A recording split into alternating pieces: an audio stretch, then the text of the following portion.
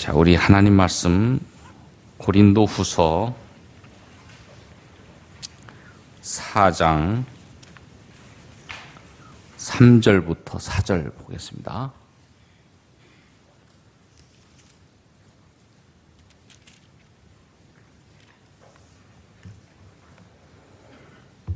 자, 우리 한 목소리로 같이 합독하겠습니다. 시작. 만일 우리의 복음이 가렸으면 망하는 자들에게 가려진 것이라. 그 중에 이 세상의 신이 믿지 아니한 자들의 마음을 혼미하게 하여 그리스도의 영광의 복음의 광채가 비치지 못하게 하매니 그리스도는 하나님의 형상이니라. 아멘. 오늘 아침에는 새벽에 주시는 말씀은 복음의 광채를 막는 마귀의 역사라고 하는 제목으로 우리에게 또 귀한 말씀을 주시겠습니다. 여러분, 목사님 나오실 때 우리 크게 박수로 축복하며 환영합니다.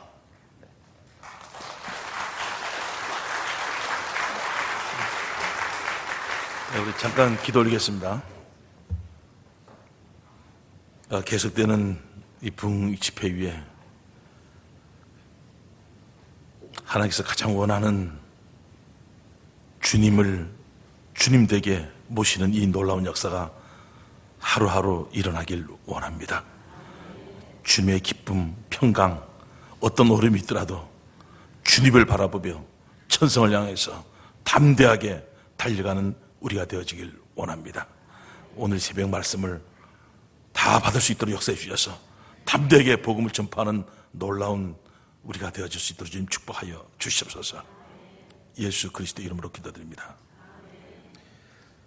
우리가 지금 말씀을 간단 명료한 이 말씀, 죽으시고 부활을 통해서 예수님이 주인이신 이 말씀이죠. 이게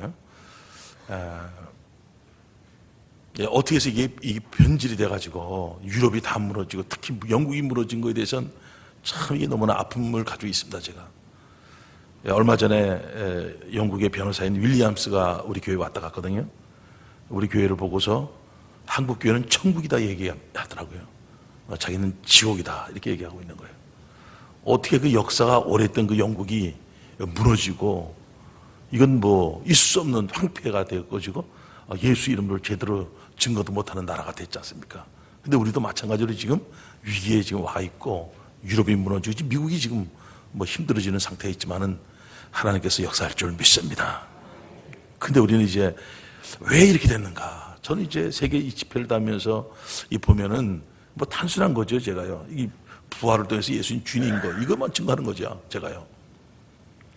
우리가 이제 마귀 입장에서만 보니까요, 이분이 죽으시고 부활했다는 이 복음이 광채잖아요. 예. 아마 제가 마귀와 그 졸개들의 입장에서 볼 때는 전체가 그냥 땅속으로 꼬나 박았을 것 같아요. 이분이 부활할 때. 에? 자기가 가지고 있는 죄의 권세, 마귀 권세, 죽음의 권세를 다 가지고 있던 이게 한순간에 그냥 무너져 버리니까 이건 이름할 수 없는 거였죠. 마귀 입장에서 보면은. 그랬던 것이 이제 서서히 이게 시간이 지나면서 고린도 교회, 초대교회도 벌써 부활이 없다는 자들이 나타나기 시작했거든요. 그러니까 우리가 이 복음을 어떻게 이 시대가 왜 이 젊은이 다 떠나고 어디에 도대체 문제가 있는가, 이거를 이제 우리가 이제 알게 된 거잖아. 이게 보면서 십자가에 머물었구나. 좀 이게 이 마귀는 그럴 수 있을 것 같아요. 이 체험적인 신앙, 또 여러 가지 신앙으로 이미 된 걸로 볼 수 있고요. 많은 훈련을 통해서, 세미나를 통해서 여러분들이 또 훈련을 받고서 나는 이제 다 되다 이렇게 볼 수도 있고요. 또 우리가 보면 요새 계속 증거하는 거지만 십자가에 머무는 신앙, 부활까지 가져야 되는데 이 머무는 신앙, 이놈도 여기서 머물게 한다든가, 그러니까 체험을 준다든가 훈련을 많이 한다든가 여러 가지 등등을 통해서 여하튼 이 복음의 강체를 가려야 되는데 이놈들이 어떻게 입장에서, 이 마귀 입장에서 볼 때 어떻게 가르쳤냐고 이게. 그래서 우리가 이게 보면서 현 시대 우리 기독교도 그 많은 성도들인데도 힘을 못 쓰고 있고 뭐 답을 못 찾고 있는 시점이거든요. 그렇지만 이번 이 집회 위에 이 부활하신 예수님이 우리의 주인인 줄 믿습니다. 제가 이제 이 말씀을 한 군데 이게 찾아볼 텐데, 그래서 우리가 성경에는 나와 있는 게 뭐냐면은 부활하신 주님을 우리가 어떻게 체험을 해야 되냐. 근데 우리가 그렇지 않습니까? 우리는 뭐 볼 수도 있고 만질 수도 있는 상황이 아니잖아요, 지금요. 그래서 우리가 고린도서 15장 한번 잠깐 좀 보겠습니다. 고린도서 15장에서 이런 말씀이 있습니다.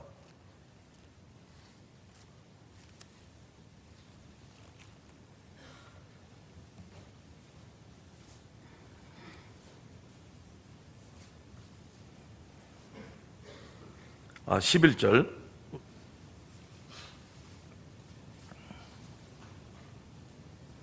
우리 다 같이 합독하겠습니다. 시작. 그러므로 내나 저희나 이같이 전파하며 너희도 이같이 믿었느니라. 예, 복음을 통해서 우리가 믿게 되는 거죠. 복음을 통해서. 그러니까 이 앞에 나와 있는 이 믿음의 부활을 직접 본 이 분들이 나와 있죠. 3, 4절에 내가 받은 것을 먼저 너에게 전하였느니 이는 성경대로 그리스도께서 우리 죄를 위하여 죽으시고 장사되는 바 되었다가 성경대로 사흘 만에 다시 살아나사 구약의 예언이 이루어진 줄 믿습니다. 그러니까 성경대로가 정확하게 나와 있죠. 성경대로. 그러니까 이 성경대로 믿는 믿음 이거죠. 성경대로 믿는 믿음. 그래서 그 위에 이 부활에 직접 본 사람들이 기록이 쭉 되어 있어가지고 증인들이 나오죠.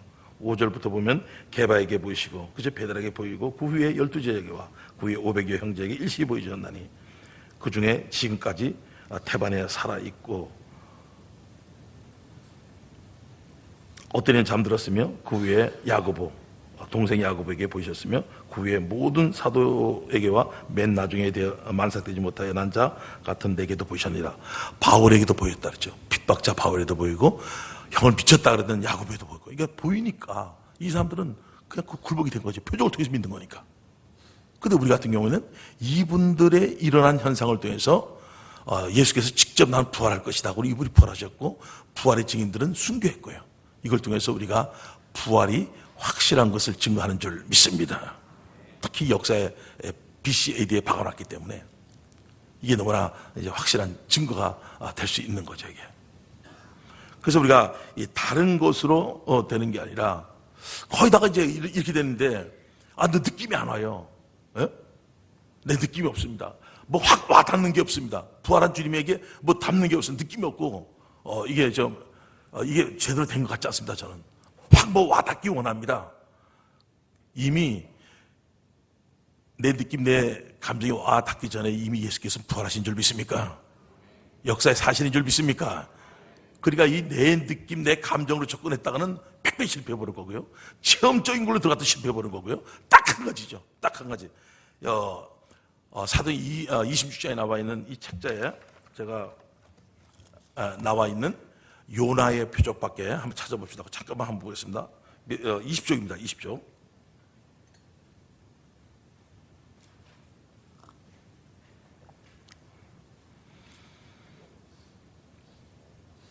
입장에 나와 있는 사도행 26장 22절 23절 말씀입니다. 바울이 증거한 걸 얘기하는 거죠. 하나님의 도우심을 받아 내가 오늘까지 서서 높고 낮은 사람 앞에서 증거하는 것은 선지자들과 모세가 반드시 되리라고 말한 것밖에 없으니 선지자들과 모세가 반드시 되리라고 말한 것밖에 없으니 곧 그리스도가 고난을 받으실 것과 죽은 자 가운데서 먼저 다시 살아나사 이스라엘과 이방인들에게 빛을 선전하시리라 함이니라 하니 아멘. 이 말씀이죠. 딱 한 가지밖에 없다는 거죠. 네? 요거 말한 것밖에 없다. 죽으시고 부활한 것 외에는 증거하는 게 없다. 딱 나가주는 거죠. 근데 여러분들이요, 귀신을 쫓아낸다든가 체험적인 신앙 하잖아요. 우리 믿는 사람이 이런 표적 따르잖아요. 또 귀신이 쫓는 방법도 있고 무당이 귀신 쫓지 않습니까? 이와 같이 엄청난 내용이 있습니다. 그런 걸로 믿어지는 게 아니고 십자가에 달려 죽으시고 부활하신 이것밖에 없는 줄 믿습니까? 이걸 얘기하고 있는 거죠. 그래서 이분이 이제 여기서 체험적인 신앙을 얘기하는 겁니다. 그러나 대부분의 기독교인은 그 복음이 진리인 이유가 복음이 사람들에게 체험을 통해 역사하기 때문이라고 말합니다. 그 복음이 진리인 이유는 사람들이 느끼고 기뻐하고 일어나서 외치게 하고 크게 찬양하고 담배를 끊게 하는 등의 모습이 나타나기 때문이라고 합니다. 이렇게 사람들이 살면서 복음에 체험되는 것은 아주 흥미로운 이야기일 수 있습니다. 그러나 이러한 것들은 확실한 증거는 될 수가 없습니다. 딱 한 가지 있다고 그러는 게 그 얘기하는 거예요. 십자가에 달린 예수가 살아나셨다. 이거는 창조주 하나님이 오셔서 죽으시고 부활하신 줄 믿습니다. 그러니까 여우 사건 앞에 자기 체험을 갖다 얘기할 놈이 세상에 어디 있냐고 이게요. 엄청난 이 땅에서 최고의 큰 사건이고 최고의 큰 능력이거든요.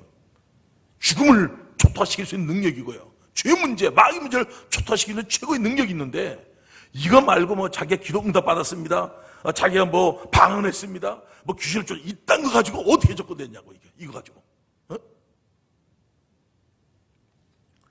도덕적인 사람은 담배를 끊을 수도 있고 성령의 인도함 없이도 통로에 구르면서 뛰면서 찬양을 크게 부를 수 있기 때문입니다. 우리가 전하는 복음은 감정을 근거로 하는 복음이 아닙니다. 복음은 실제입니다. 복음은 부활의 사실 위에 세워진 것입니다. 왜냐하면 사람이 이러한 사실은 믿어도 이러한 사실에 담긴 진리에 굴복되지 않는 것이 가능하기 때문입니다. 그 굴복되는 것. 아무리 부활을 알고 해도 이 부활을 통해서 굴복되는 역사가 일어나기를 원합니다. 이거죠. 그러니까 체험적인 신앙 가지고 이게 짐 엘리엇이 부활 설교를 한 겁니다. 순교자 20대 후반에 순교한 짐 엘리엇이 얘기한 겁니다. 절대로 아니다. 그래서 제일 처음에 제가 얘기했던 이 부분입니다. 어떻게 똑같은지 모르겠습니다. 신앙이 참 신기하더라고요. 제가 이거 보면서 이 젊은 청년이 어떻게 이게 확실하게 해놨는지 그게 너무나 놀라운 거예요. 21쪽에 보면 이게 나와 있죠. 21쪽에 가운데 이게 보게 되면 사도 17장 우리가 잘 쳐낸 겁니다. 바울은 알지 못하던 시대에는 하나님이 허물지 아니하셨거니와 이제는 어딘지 사람에 다 명하사 회개하라 선포하여 정하신 사람으로 하여금 세상을 공의로 심판 날을 작정하시고 그를 죽은 자 가운데서 다시 살리시고 모든 사람에게 믿을 만한 증거를 주셨다고 선포했습니다. 아멘. 야, 증거를 통해서 믿는 걸 벌써 이 청년 오래전에 얘기했더라고요. 이걸요. 그러니까 이게 증거, 확실한 증거, 요나의 표적, 십자가에 달려 죽으시고 부활, 이거 외에는 아까 사도 26장에서도 바울이 난 이것밖에 말한 것이 없다. 이렇게 딱 얘기하잖아요. 근데 우리는 자기 체험적인 거를 계속 얘기하고 있는 거죠, 우리는.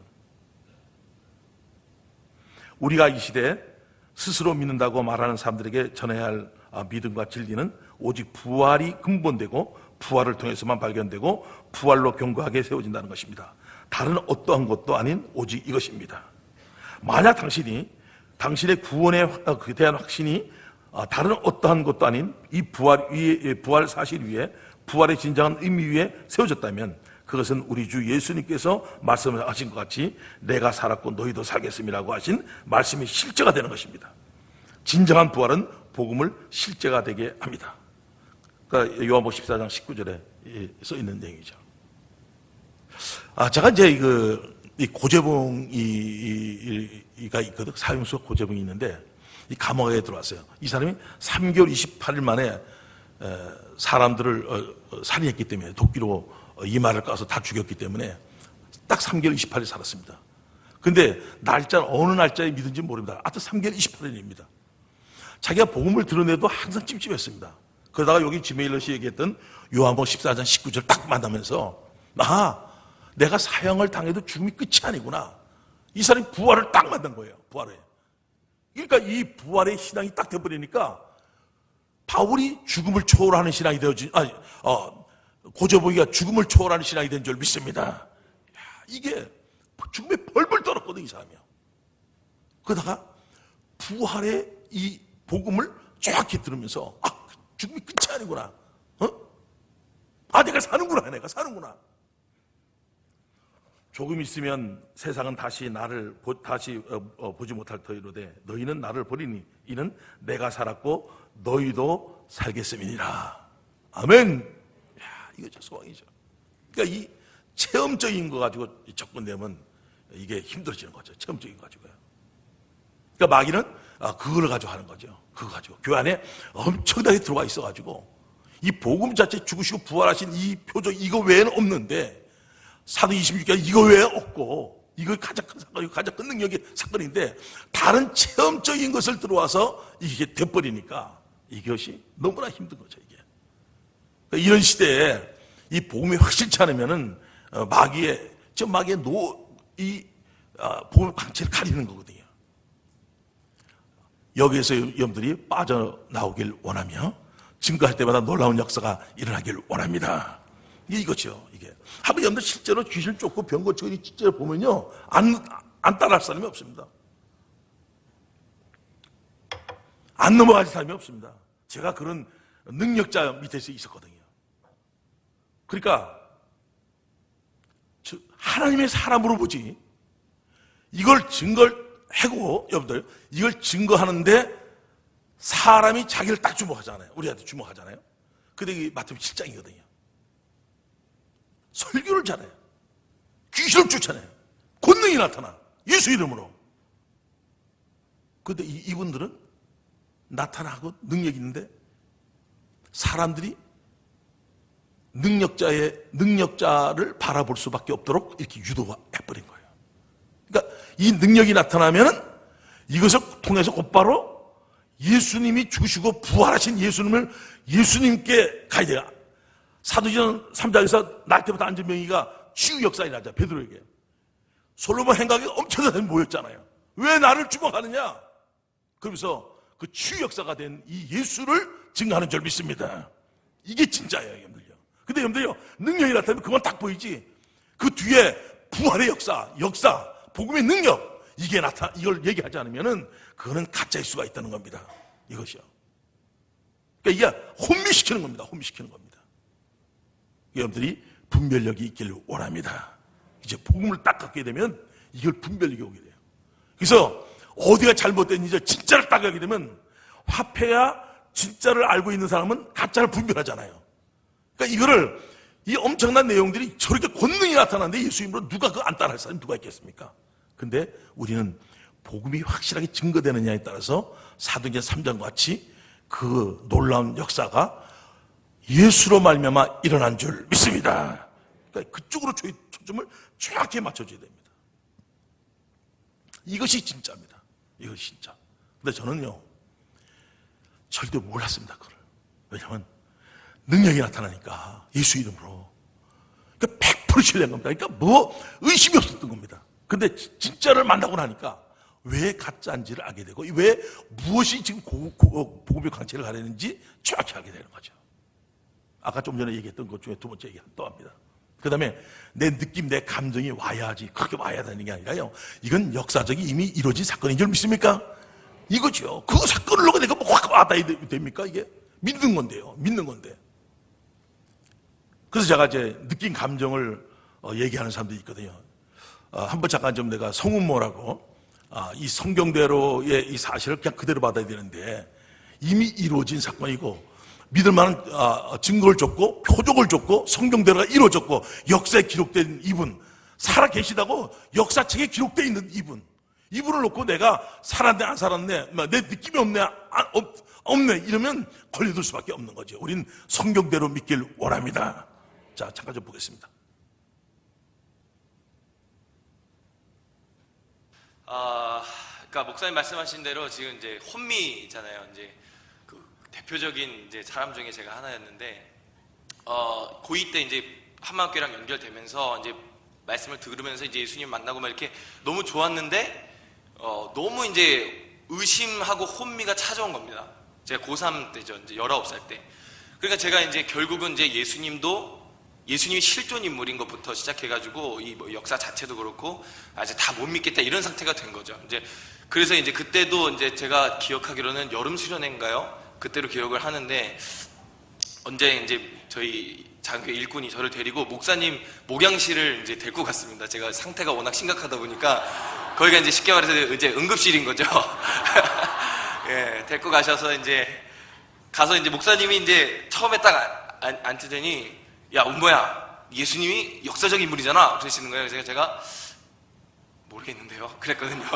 그러니까 목사님께서 그때 이제 정민 누나한테 이제, 야, 정민아, 저기 사회과 부도 좀 가져와봐. 그래서 이 사회과 부도를 이제 딱 꺼내가지고, 사회과 부도 있지 않습니까? 그 공부할 때 쓰는 거. 그래서 역사 연표를 이렇게 딱 세계사 역사 연표를 딱 펼쳐서 이게 보여주시는 거예요. 거기 역사적 인물들 이제 막 다 나와 있고, 뭐 알렉산더 대왕부터 시작해서 뭐 이렇게 다 나와 있는, 그 중에 이제 예수님이 딱 있는 거죠. 그 역사의 한가운데, AD, BC 곡이 나는 그 한가운데 그 사진도 다 있었어요. 제가 그 기억도 하는 게, 이게 동그라미로 얼굴 사진이 이제 다 박혀 있었죠. 예수 이렇게 딱 써있고, 언제 태어났고, 예, 죽은 거는 물음표, 모르겠다, 이렇게 딱 돼 있는데, 그 이제, 야, 엄마 이거 봐. 역사에 있잖아. 글쎄 제가 그거를 한참을 보다가 이제 나온 대답이 이제 가관이었죠. 그때도 모르겠습니다. 예, 제가 한 게 그거예요. 모르겠습니다. 못 믿겠습니다. 그러니까 거기서 목사님이 저를 보시더니 사역가부터 이렇게 조용히 덮으시더라고요. 조용히 덮고 찾아주셨던 말씀이 아까 지금 찾으셨던 그 본문입니다. 고린도후서 4장 3, 4절이요.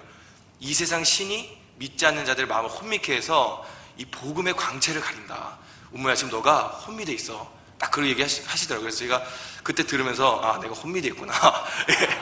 예, 그렇게 하고서 이제 목사님이 안 되겠다 싶으셨는지 저를 이제 부르셔가지고 안수기도도 해주시고, 뭐 그때 이제 다 같이 공동체에 이제, 여기가 뭐 똑똑한 애가 머리가 완전히 망가져가지고 전혀 지금 뭐 아무것도 인지할 수 없는 상태가 아주 혼미의 늪에 빠져 있습니다. 이렇게 하면서 같이 공동체에서 중보기도도 해주시고, 예, 그랬습니다. 그래서 이제 그렇게 이제 힘든 가운데 있다가 빠져나오게 된 게, 이 한 말씀이었죠. 이 성경대로 그 한 말씀으로 제가 이제 빠져나오게 됐습니다. 이제 뭐냐면, 하나님께서는 구약에부터 시작해서 성경의 예언을 다 해놓으시고 그 예언된 것을 이루시고 예언된 대로 죽으시고 부활하셨지 않습니까? 성경 예언대로 죽고 부활하셔서 그 본 증인들이 있고 그 증인들이 다 생명을 걸고 예수의 부활을 증거했는데, 마귀는 저한테 생각 하나를 딱 넣어서 속인 겁니다. 하나님은 확실한 객관적인 많은 증거, 모든 증거를 구약부터 시작해서 다 주시고 그 성경대로 예수님의 부활을 딱 이루셨는데, 그 부활의 증인들은 그걸 생명 걸고 증거를 했는데, 마귀는 그런데 이게 사실이 아닐 수도 있어, 뭐 이런 거 있잖아요. 아무것도 아닌 그 의심하고 혼미한 생각 하나를 딱 넣었는데 제가 그 생각을 잡은 거더라고요. 그러니까 그때 드는 생각이, 하나님은 성경대로고 마귀는 생각대로구나. 그거를 제가 딱 붙들었습니다. 이게 제가 C채널을 어떻게 여기서 하게 됐습니다. 예, 감사합니다.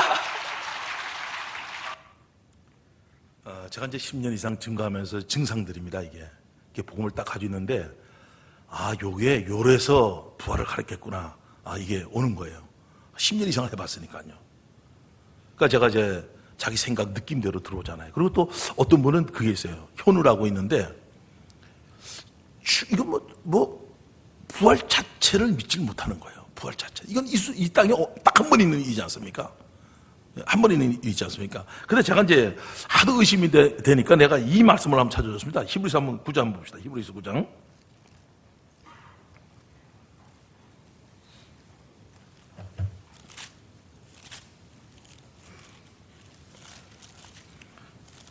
구장의 12절부터 보겠습니다. 11절, 12절 보겠습니다.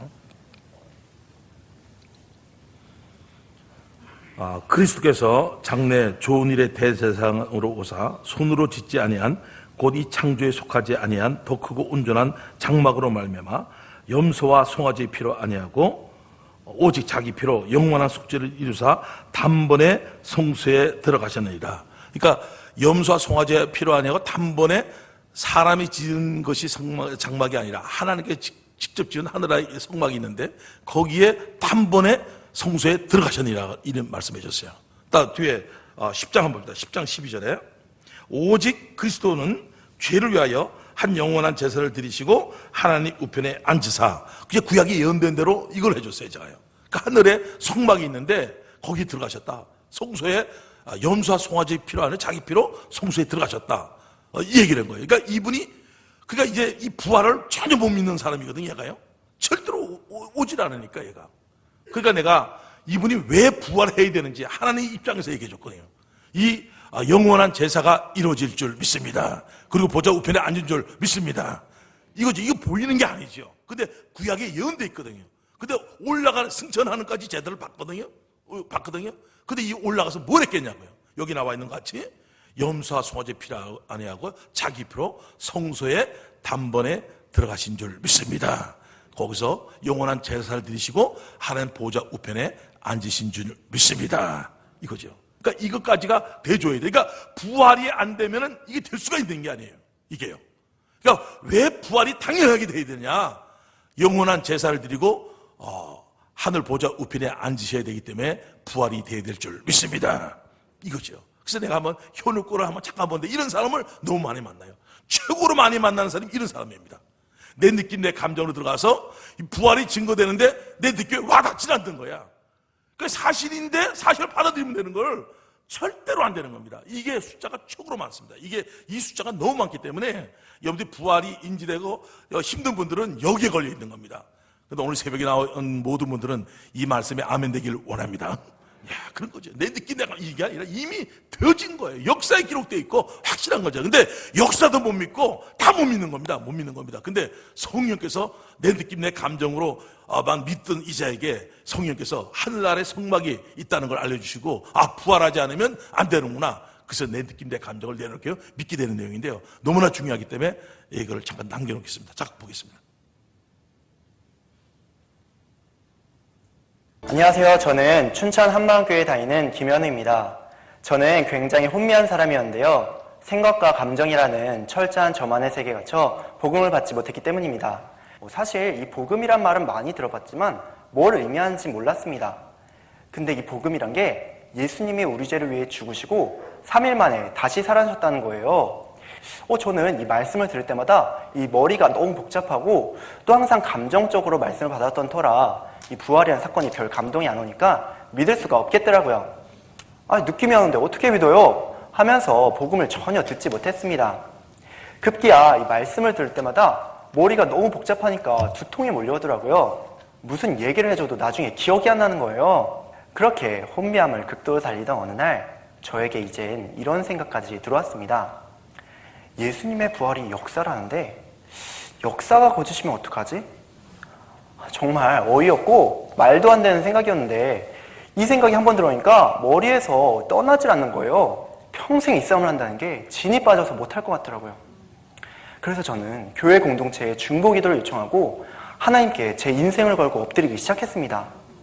그렇게 엎드린 가운데 마침 부활절을 맞이했고 그때 목사님께서는 성막에 대해 말씀하셨는데요. 저는 부활에 대해 말씀하실 줄 알았는데 갑자기 웬 성막을 말씀하시나 했어요. 그런데 그때 목사님께서는 죄 없는 하늘나라에 성막이 있는 이유가 예수님이 거기서 영원한 제사를 드려야 하기 때문이고 그렇기에 예수님은 죽으실 뿐 아니라 반드시 부활하셔야 한다고 하시는데 그때 제 눈이 확 열려지는 것 같았습니다. 저는 부활을 한 번도 하나님의 입장에서 본 적이 없었는데 예수님이 반드시 부활하셔야 한다는 게 하나님의 입장에서 보여지는 순간 예수님은 정말 부활하셔야 되는 거구나. 부활하셔야만 하는 거구나 하는 생각이 들었습니다. 예수님의 부활은 이렇게 하나님이 보실 때에도 반드시 이루어져야 하지만 성경적으로 역사적으로도 확실한 증거가 있는데 왜 의심이 되고 혼미되었을까 하고 말입니다. 바로 부활을 이 세상 임금 마귀가 주는 의심, 곧 이 세상 관점으로 접근했기에 아무리 확증을 해도 의심이 들어오면 거기 걸려 넘어졌던 거더라고요. 감격이 오면 믿고 안 오면 한 발자국도 움직이려 하지 않았던 것이 바로 저의 모습이었습니다. 저는 그 감격 때문에 전능자께서 이 땅에 오셔서 죽으시고 부활하신 이 자체가 얼마나 큰 사건인지 가르쳐줬던 거였습니다. 하나님께서는 이것밖에 없다고, 요나의 표적밖에 없다고 하시며 독생자 아들을 보내 죽이시고 다시 살리셔서 모든 사람에게 믿을 만한 증거를 주셨는데도 나는 감격이 없어요. 부활을 비춰주세요. 더 확실하게요. 하고 있던 거였어요. 주님 다시는 당신이 이 땅에 오셔서 죽으시고 부활하신 이것보다 다른 것을 더 붙들지 않겠습니다. 감정 하나에 이 모든 것을 물거품을 만들지 않겠습니다. 라는 고백이 되었어요. 그리고서 여기까지. 얼마 후 학교 기독교 동아리 다닐 때 여기까지만 있는 보겠습니다. 여기까지만. 그러니까 여기에 거의다가 걸려드는 게, 그래서 이 책자에 보면은 그 앞부분에 나와 있거든요. 앞부분에 잠깐 나와 있는데 어떤 거냐면 이 내용이 나와 있습니다. 6쪽에 나와 있습니다. 6쪽에 나와 있는데 6쪽에서 하나님께서는 구약시대 여러 선지자를 통해 성자 하나님께서 사람으로 이 땅에 오셔서 죽으시고 부활할 것을 미리 말씀해 주셨다. 그리고 성경의 예언대로 십자가에 못 박아 죽으시고 성경대로 3일 만에 부활하셨다. 그러므로 우리는 느낌과 감정이 아닌 성경의 예언대로 다 이루신 부활의 표적을 통해서 예수님을 믿을 수 있는 것이다. 그래서 내 느낌, 감정을 이 책자에 집어넣은 게 너무나 많았어요. 여기 이 형제처럼 이런 사람들이 너무 많았던 거예요. 제가 볼 때. 거의 다 엄청난 숫자입니다. 엄청난 숫자. 그러니까 믿질 못해. 그러니까 마귀가 혼미시켜버리는 거죠. 그 여러분들이 말씀을 증거할 때 능력이 나타나길 원합니다. 이거죠. 그리고 여러분들이 사도행전 보면은 이제 안지병에 일어나고 막 이런 내용이 나오니까 이런 능력이 나타나야지만 되는구나 이렇게 생각하고 있는데 그게 아니고 이 가장 큰 능력은 오순절 성령이 임할 때 베드로가 너희가 죽인 예수가 살아나셨다 부활을 설교한 줄 믿습니다. 이것이요. 이거 부활을 설교한 거죠. 이걸요. 자, 이 체험신앙이라든가 막 이런 것보다도 이 가운데서 아까 좀 전에 얘기했지만 이 부활의 이 놀라운 역사가 사도행전 28장까지가 그걸로 이어지거든요. 살아계신 예수를 증거하고 있거든요. 이거예요. 그래서 제가 이제 합신 측의 그 유영기 교수님이 얘기하는 건데요. 거의 다 어느 분이 이숙 사모라고 그 사람이 통일하더라고요. 자기가 체험적인 그 표적 기사 능력 여기에 매료되어 있던 사람인데요. 이 사도행전을 딱 인지되고 나니까 부활이 어떤 건지 인지되고 나니까 야 지금 신앙이 내가 무슨 신앙을 가졌나 통곡을 하더라고요. 목회자 세미나 끝나고 통곡을 하더라고요. 근데 제가 이제 유영기 교수님을 얘기해 주는 건 뭐냐면 사도행전을 볼 때 표적 기사 이런 것이 아니라 그거보다도 큰 능력은 부활인 줄 믿습니다. 이거죠, 이거. 그러니까 사도행전을 잘 생각하셔야 돼요, 이거요. 우리 잠깐 좀 유영기 교수님 걸 잠깐 좀 보겠습니다.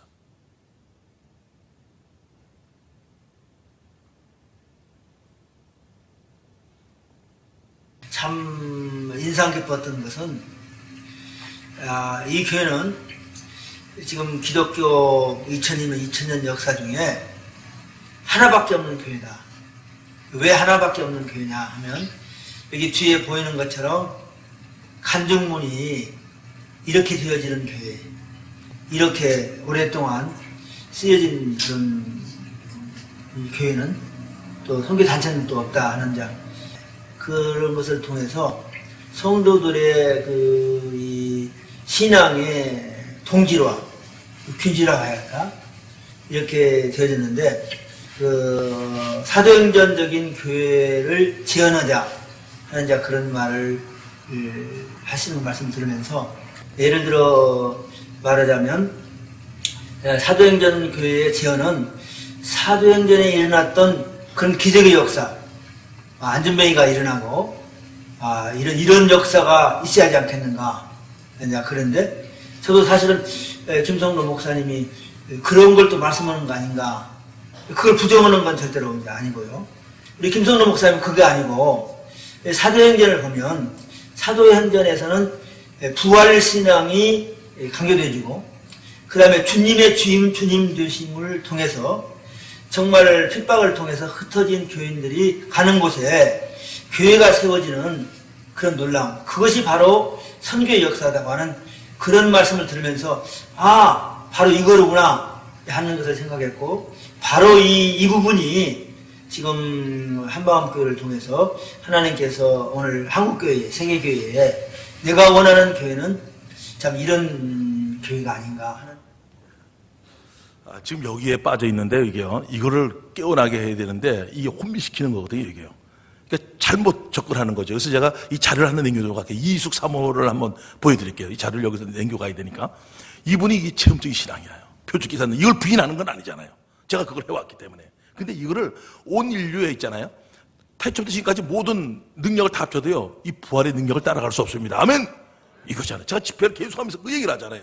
창조주가 죽은 사건보다 큰 사건이 어떻게 있고 이 부활 사건보다 큰 사건이 어떻게 있냐고요. 창조주인데 무슨 자기 체험적인 거 이런 걸 얘기해가지고 무시하려고 그러냐고요. 근데 이 덫에서 빠져나오는 거죠. 아까 느낀 감정도 그렇고요, 표적 기사 능력 여기서 걸리면 안 되는 거죠. 잠깐 좀 한번 보여드리겠습니다.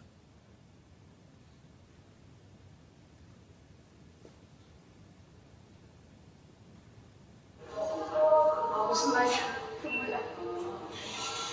근데 너무 첫 시간에 제가 그 부활의 복음 앞에서 그동안은 내가 어떤 그 사도행전을 볼 때에 어떤 은사적인 면, 어떤 능력적인 그런 그 성령의 역사로 능력을 행하는 그런 주의 종이 정말 참다운 그 사도행전을 재현하는 그런 목회자다 이렇게 생각을 해왔었는데, 이 부활의 복음을 들으면서 제가 내가 잘못된 그런 신앙관을 가지고 있었구나. 사도행전은 어떤 능력이 앞서는 것이 아니라 부활의 복음이구나. 또한 성경을 가르칠 때 뭐 부활에 대해서 저희들이 말 안 하는 건 아니죠. 그림도 그려놓고 예수님 마음의 왕자, 예수님이 주인이 되셔야 된다. 이 소리도 수십 번 해왔습니다. 또 그렇게 생각했고, 그러나 왜 내가 그 주인 된 삶을 살지 못하는 것일까? 이것을 항상 고민했는데 우리 목사님 말씀을 들으면서 부활에 굴복된 자만이 부활 앞에 굴복시킬 수 있는 그런 믿음을 가질 수 있다. 그 말씀에 제가 많이 무너졌고, 이제부터는 정말 주님 앞에 그 크신 주님, 그 주님 앞에 내가 날마다 굴복되는 그런 삶이 되기를 원합니다.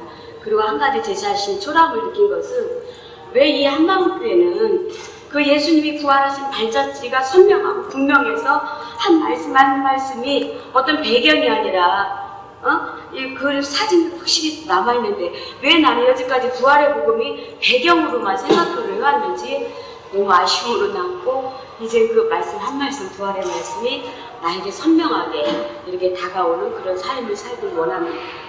예, 여기까지 인도하신 하나님 앞에 영광 돌리며 감사드립니다. 고맙습니다. 예. 제가 이제 10년 이상 하면서 이제 이 잘못된 것을 찾아낸 거죠, 이게요. 그래서 제가 이 부활을 증거하고 가게 되면 이제 목사님이야 또 이제 성도님들이 이거 하게 되면 이렇게 치고 들어오는구나. 이런 사람들이 반기를 들 수 있겠구나. 이게 오는 거죠.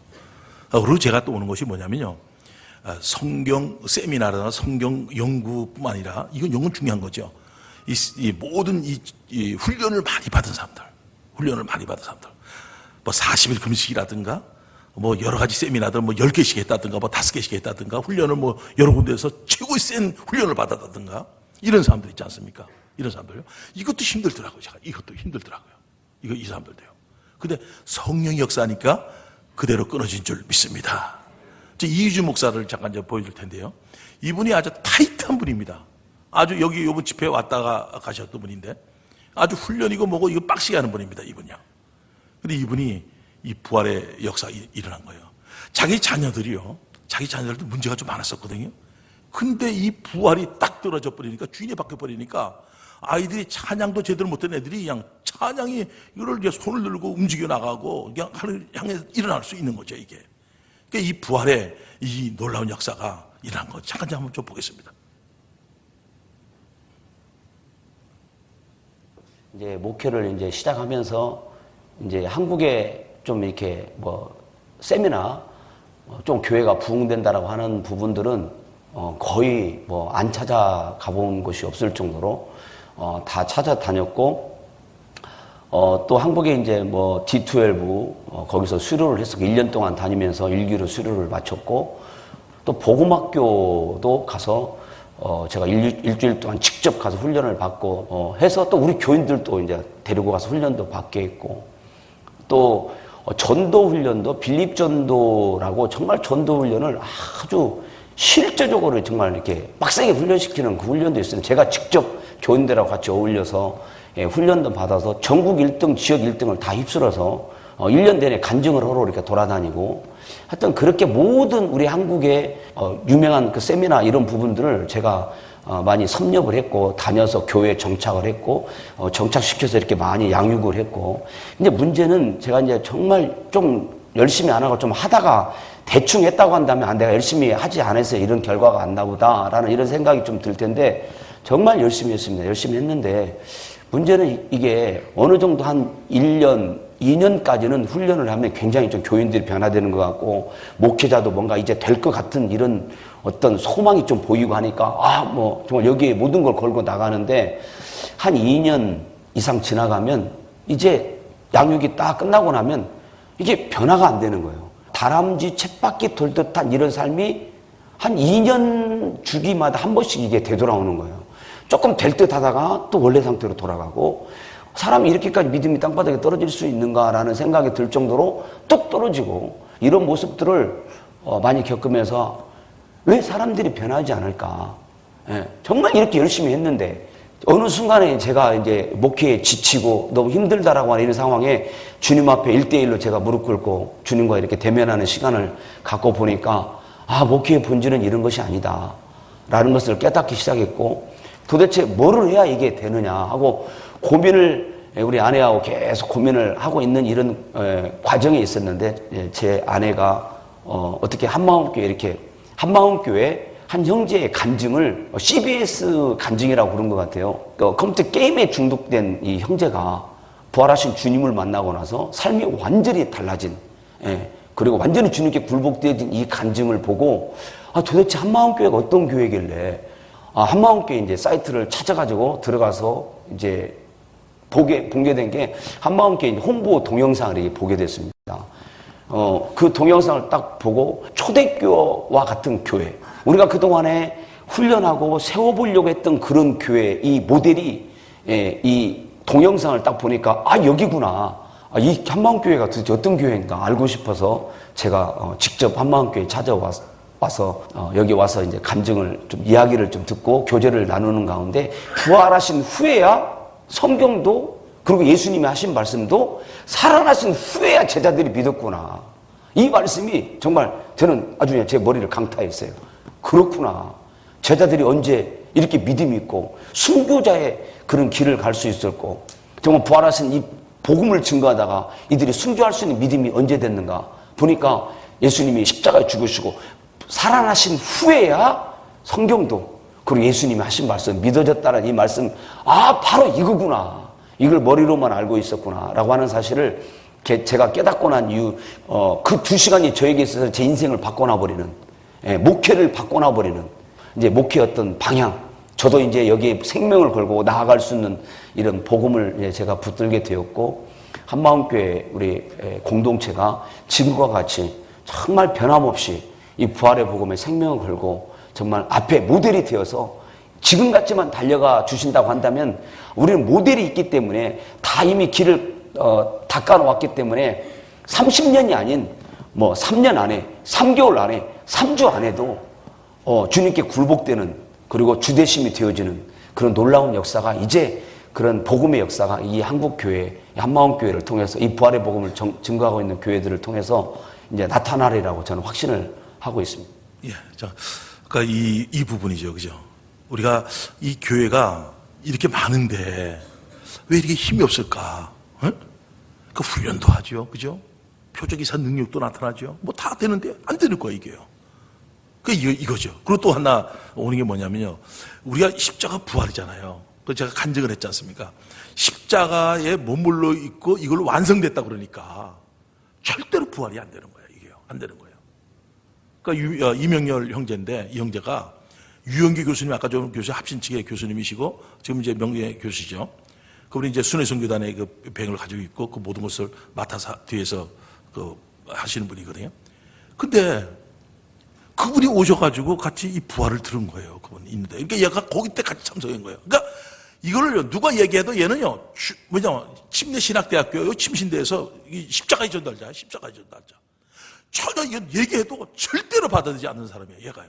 근데 교수니까 목사님들이 여럿이 왔다가 그때 내가 이제 1박 2일을 했거든요. 2박 3일인가 집회를 했거든요.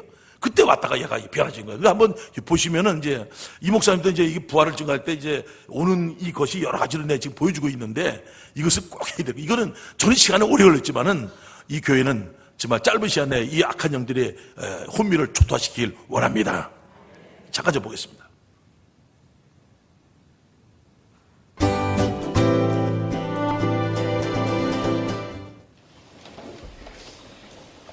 성령의 권능으로 부활을 증거하다가 실제되다.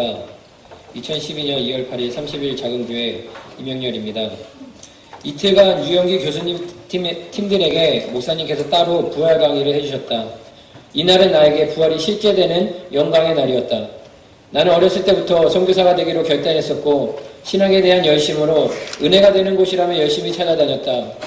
26살에는 십자가 복음에 정면 충돌하게 되었다. 십자가 복음이 실제되고 나서 나에게는 엄청난 변화가 일어났다. 십자가 복음이 얼마나 어마어마한 것인지 경험하면서 나의 모든 가치관과 신학관이 오직 십자가 복음으로 완전히 바뀌게 되었다. 그래서 나는 복음에 대하여 복음이란 예수 그리스도 자체이고 복음의 핵심은 십자가 부활이며 복음의 실제는 나 죽고 예수를 사는 것이라고 정립을 하였다. 이미 나의 복음으로 정립된 상태에서 부활을 어디에 둬야 하는지 몰랐었고 여기서 부활을 십자가보다 더 위에 있는 것으로 여기는 것이 불만이었고 십자가가 무시당한다는 느낌이 들었다. 그래서 처음에 목사님께서 마음이 높아지면 부활을 받을 수 없다고 하시는 말씀을 듣고 이런 나의 마음을 낮추게 해달라고 성령님께 의뢰하며 기도했다. 높아져 있는 나의 마음이 부활을 받기에 가장 큰 장애였다. 부활이 비춰지니 나의 모습이 보이기 시작했다. 목사님께서 말씀하신 피똥 싼 게 나였고 십자가에 머문 신앙이 나였다. 부활이 보이기 전에는 나는 아니라고 거부했었다. 십자가 복음으로 매우 큰 충격과 은혜를 경험한 나에게 부활의 복음은 나에게 무엇인가 부딪혔다. 나에게도 십자가의 복음으로 인해 실제된 경험이 매우 커서 내 경험을 부정할 수 없었기 때문이다. 그런데 성령의 권능으로 이 부활이 비춰지니 부활의 복음이 십자가를 무시하는 것이 아니라 부활로 인해 십자가의 사랑은 훨씬 큰 것이라는 것을 깨달았고 지금까지 목사님께서 말씀하신 모든 말씀들이 다 선명해졌다. 김성능 목사님께서 부활이 승부수라는 것, 김영희 목사님이 부활의 최후의 확증이라고 하신 것이 선명하게 이해되었다. 나는 그동안 성령의 권능으로 십자가를 전했었다. 부활이 실제가 되면서 부활 책자의 주제가 확실하게 나의 것이 되었다. 부활을 들으면서도 성령의 권능으로 복음을 증거하라고 하면 안 될까? 라는 생각이 있었는데 부활이 실제가 되니 성령의 권능으로 부활을 증거하라가 지극히 당연한 말이다.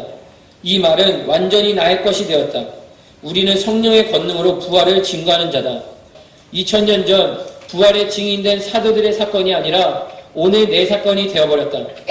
이 부활이 실제가 되니 공동체가 선명히 보인다.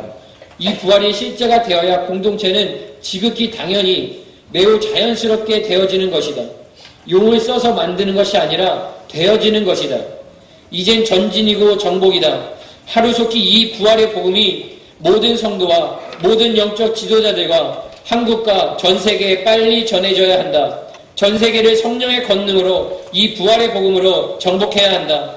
이 부활의 복음을 비춰주신 성령님께 너무 감사하다.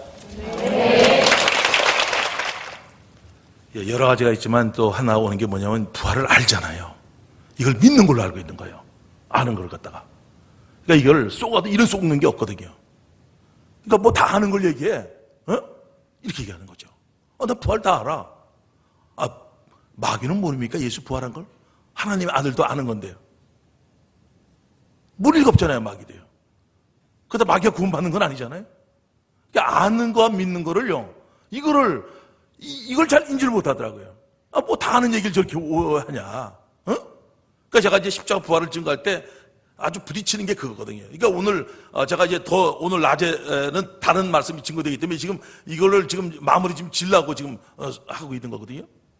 그러니까 주인된 거예요. 십자가 달려 죽으시고 부활. 이건 대결 구도가 아니고요. 십자가의 날 위해 죽으신 이분은 나의 주인인 줄 믿습니다. 우리는 주대심을 선포하는 자인 줄 믿습니다. 이거지. 우리가 계속 했던 거잖아요. 근데 이 부활이 아는 거니까 변할 수가 없죠. 믿어야지. 이분을 주인으로 믿어야지 변하는 줄 믿습니다. 이거지요. 그러니까 여기서 많은 시간들을 할애했고요. 그 다음에 이거는 제가 지금 요새 직접 체험하는 건데 사도행전 4장을 잠깐 좀 보겠습니다. 사도행전 4장.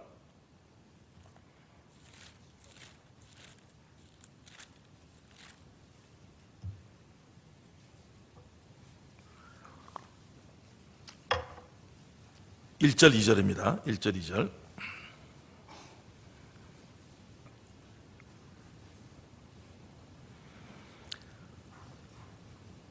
사도들이 백성에게 말할 때 제사장들과 성전 맡은 자와 사도개인들이 이르러 백성을 가르침과 예수를 들어 죽은 자 가운데서 부활하는 도전함을 싫어하여. 여기 보니까 사도들이 백성에게 말할 때 제사장들과 성전 맡은 자와 사도개인들이 여기 나와 있잖아요. 부활의 도전함을 싫어하는 거예요. 그러니까 대적이 이게 희한한 일이 벌어졌잖아요. 지금도 동일한 시대라는 겁니다, 이게. 이 부활을 증거하게 되면은 이 부활의 도전함을 싫어하는 거예요. 이거 마귀가 제일 싫어하는 게 이거거든요. 그러니까 여러분들이 영적 싸움할 때 이거 이길 수 있는 것은 기도인 줄 믿습니다. 그래서 여러분들이 기도를 해야 되는 거예요. 기도해야 되는 거예요. 이거요. 해야 되는 거예요. 그리고 이단들은요, 어떻게 얘기하냐면, 어떻게 끌어가냐면, 이 교회 안에서의 제사장들도 이게 반대를 하는 것도 있지만은, 이단들은 딱 하나 잡는 게 있습니다. 그 뭐냐면 부활이 지나갔다고 이렇게 얘기하고 있습니다. 디모데후서 2장 18절 보겠습니다. 너무나 중요한 겁니다. 디모데후서 2장 18절. 이 신천지에서 사용하는 거죠. 디모데후서 2장 18절.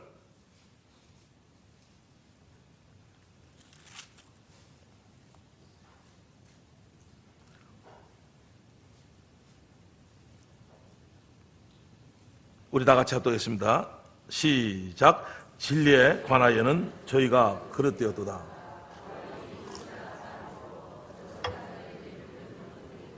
예, 부활이 지나갔다 그러면서 믿음을 무너뜨리는 겁니다. 그래서 아니야 재림이지 왜 부활이야 이렇게 나오는 겁니다. 지나갔어. 부활의 시대는 지나갔어. 이미 끝난 거야 그게. 이젠 재림이야. 말은 맞아요. 말은 맞습니다. 그러니까 지나갔다고 딱 끊으니까 근데 뒤에 보니까 믿음은 부활로 통해서 우리가 믿음이 생기는 줄 믿습니까? 그걸 우리가 고린도서 15장에서 봤잖아. 부활이 없으면 믿음은 헛것이거든요. 믿음의 근원이 부활 때문에 성경과 예수 하신 말씀 다 믿은 게 이거거든요. 이거거든요. 예수님이 하나님인 걸 믿을 수 있고 성경을 다 믿을 수 있는 게 부활 때문에 믿을 수가 있는데 부활이 지나갔다 그러면은 우리에게 여기 나와 있듯이 믿음이 흔들리는 줄 믿습니다. 이거죠. 부활을 흔들면 다 흔들리는 거거든요. 이미 지나갔다 이러면서 부활 여기 나와 있는 말씀같이 믿음을 무너뜨려 버리는 겁니다. 이게. 그러니까 이렇게 들어오는 겁니다. 부활이 치고 들어올 때요. 부활이 없다 그러잖아요. 고린도서 15장에서 부활이 없다고 얘기하지 않습니까? 이게 치고 들어오는 거거든요. 이게요. 제가 이제 이 부활을 증거할 때, 그러니까 제가 이 말씀을 증거할 때요, 이를 바닥바닥 하는 사람들이 있습니다. 그리고 별 사람 다 있습니다. 그럼 제가 올라서서 증거하잖아요. 그러면 제가 함부로 막 증거하지 않잖아요. 제가 이번에 얼마 전에 여기 광주의 어느 교회 2,500명대 교회 가서 했는데 그때는요 여러분들이 그랬잖아요. 아주 인격적이고 제가 서건서건 이렇게 하잖아요. 네가 쥐리잖아 막 더 나는데 이게 어떻게 그렇게 나올지 모르겠어요. 제가요. 에? 장소마다 틀려. 장소 어떻게 할 때마다 틀려요. 이게 틀려요. 희한한 일이 벌어지는 거죠. 희한한 일이요. 그러니까 우리가 인지하는 이분인데 이 부활이 증거될 때 이렇게 엄청난 세력권의 마귀가 혼미되고 이렇게 붙들어 오는데 그럼 저는 어떻게 하겠습니까? 저는 이렇게 치고 들어올 때 무한 반복한 줄 믿습니다. 그러니까 우리가 성경 말씀에 길가밭, 돌밭, 가시떨기밭 있지 않습니까? 말씀을 선포하죠. 그냥 그대로 뺏기는 겁니다. 부활 아까 뭐야? 그거 뺏겨요. 그 다음에 조금만 어려움이 와도 시험이 와도 그냥 번져버려요. 또 세 번째로 세상의 낙, 재리 유혹, 세상 낙, 세상의 염려 이것이 이 말씀을 눌러버리거든요. 그러니까 이렇게 말씀을 뺏어가고 핍박을 줘서 놓치게 하고 세상 낙과 세상의 염려라든가 재리 유혹이 이 말씀을 누르더라도 반복함으로 무제한 절제하지 않고 반복함으로 승리한 줄 믿습니다. 이거죠. 그러니까 네가 뺏어라 이게야. 나는 그냥 끝까지 하겠다는 거죠. 무식하게 치고 들어갔거든요. 그랬더니 이 부활을 놓치지 않게 되고 여기서 이 싸움에서 승리하게 되고 결국은 많은 영혼들이 이 간증을 할 수 있는 놀라운 역사가 일어난 줄 믿습니다. 이거죠. 그러니까 믿음의 근원은 이겁니다. 믿음의 근원. 이 부활입니다. 이게. 그러니까 이 근원이 이 부활을 이것이 다 같이 체험적으로 치고 들어오죠. 그렇지 않습니까? 타당하게 들어오죠. 느낌 감정으로 치고 들어오죠. 네? 십자가가 우상이 되게 만들어서 부활을 접근 못하게 만들죠. 그러니까 주대심이 절대로 될 수 없도록 하는 거죠. 그러니까 이것만 있겠습니까? 아주 엄청난 내용들이 또 있는데 제가 볼 때 가장 큰 것이 이거였어요. 그래서 우리가 이번 이 부흥 집회하면서 우리가 승기를 잡을 수 있는 것은 무한 반복을 해야 되는데 어느 정도로 무한 반복했나? 이걸 잠깐 좀 한번 보여드리겠어요. 유동부 형제라고 있는데 이걸 보면은 목사님이 저렇게 했구나. 이런 엄청난 영적 싸움이 벌어지는데 이거를 저는 그냥 무식하게 그냥 벽들 향해서 그냥 달려갔습니다. 무한 반복했습니다. 승리는 우리 것인 줄 믿습니다. 잠깐 좀 보겠습니다.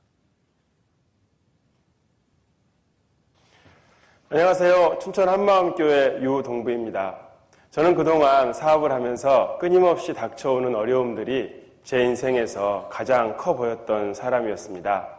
이렇게 힘겨운 날들이 하루하루 계속되고 있던 어느 주일 2부 예배 때 목사님께서 제가 부활 주변을 계속 맴돌았을 때 마귀가 얼마나 놀랐겠어요? 라고 하시는데 그 순간 맴돌다라는 단어가 제 귀에 쏙 들어왔습니다. 목사님께서는 평소에도 부활의 말씀을 증거하실 때면 고린도후서 4장 4절에 악한 영들이 복음의 광채를 가리기 위해서 부활을 먼저 가려버렸다는 말씀을 자주 해주셨거든요. 예수님이 승천하신 지 얼마 안 돼서 세워진 고린도 교회에서도 부활이 없다고 하는 자들이 벌써 생겨나기 시작했는데 2000년이 지난 지금은 어떻겠어요? 라고 하시면서요.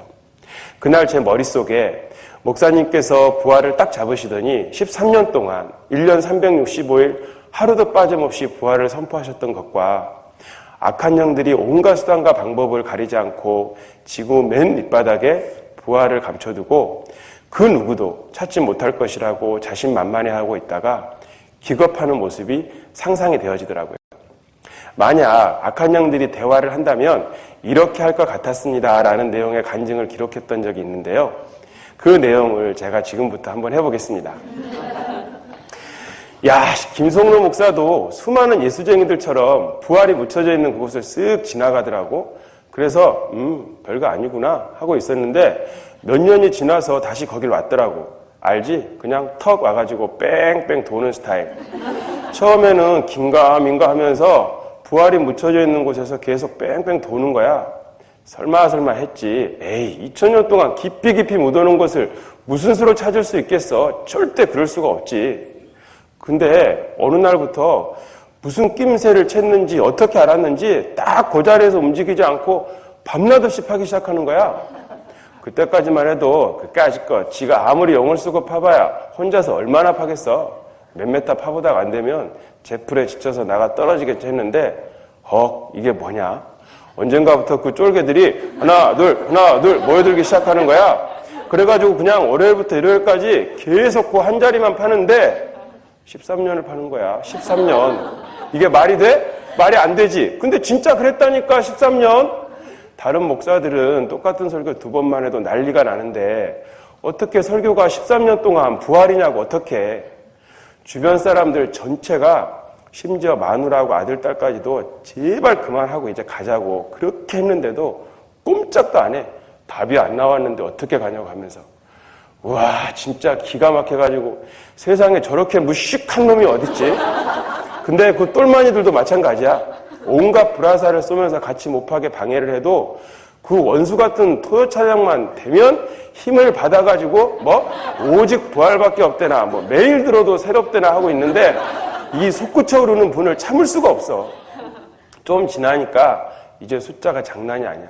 순식간에 1000명이 훌쩍 넘어가지고 계속 그 한 자리만 파는데 너 알아? 내 심정? 이놈 떼내면 저놈이 와서 파지. 저놈 떼내면 딴 놈이 와서 파지.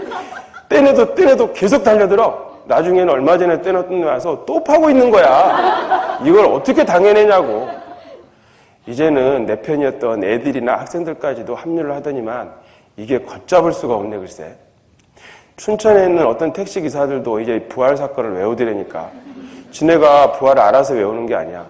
얼마나 한마음 사람들이 택시를 탈 때마다 계속 얘기했으면 이제 택시 기사들까지 부활 사건을 읊조린다니까.